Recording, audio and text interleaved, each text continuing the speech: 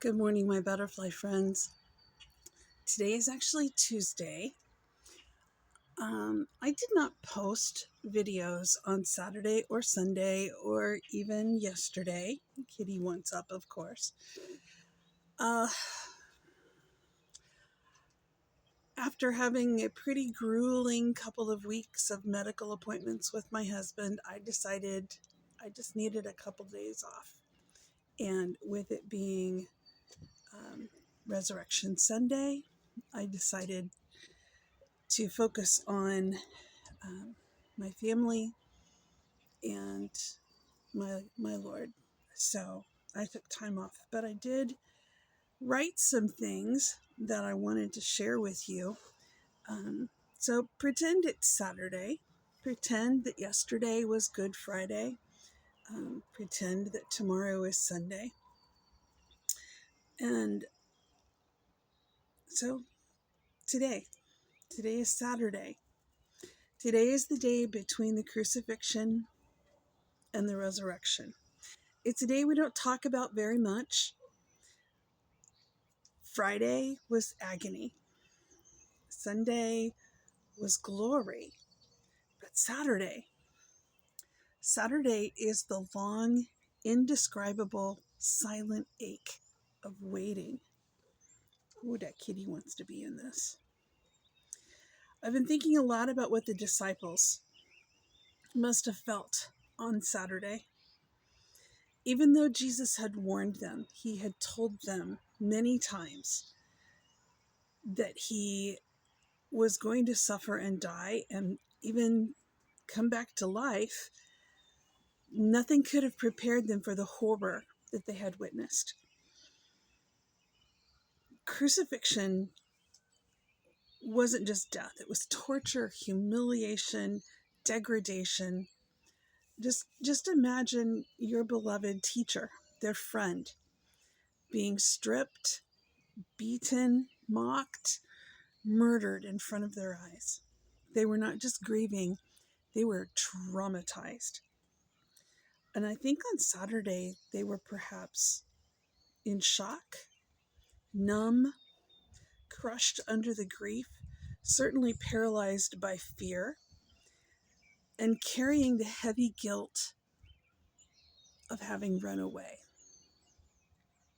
And Mary, oh, Mary, she had carried him in her womb, cradled him in her arms, followed his every step, only to watch him suffer and die in agony. Simeon had told her long ago that a sword would pierce her heart. And on Friday, that sword struck deep.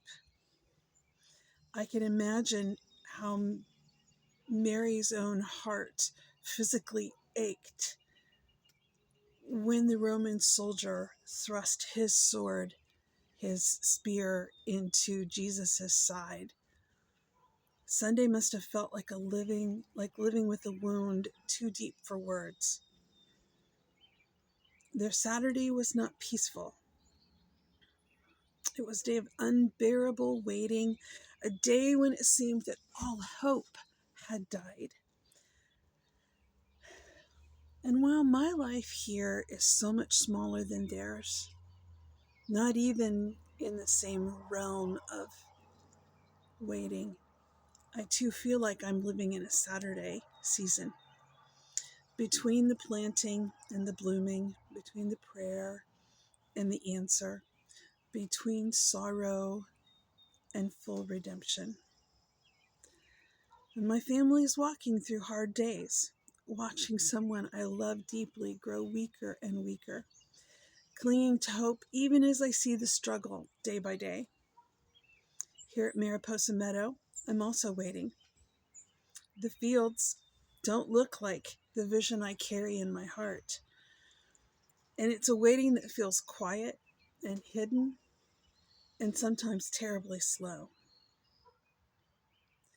But Saturday reminds me that waiting isn't wasted. Even when the world seems silent, when the soil looks barren, when grief and fear cloud the promises, God is still at work. like the roots below the ground, in the hidden places, in the deep soil, in ways that the eyes cannot see. If you, my friend, are living a Saturday season 2, waiting between heartache and healing, between longing and fulfillment, take heart.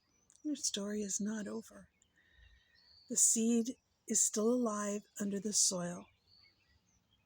The promise still stands. Even in the silence of Saturday, resurrection is on its way. Sunday is coming.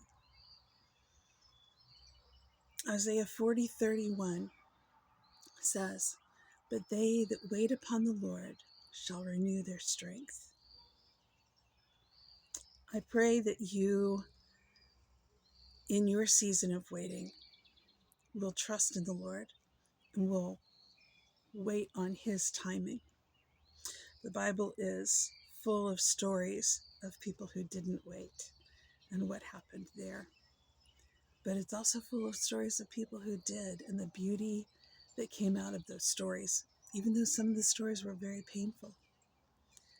So I wish for you a beautiful season of waiting. Use it to the fullest extent. And I will see you later, my beautiful butterfly friend. Bye-bye, butterfly.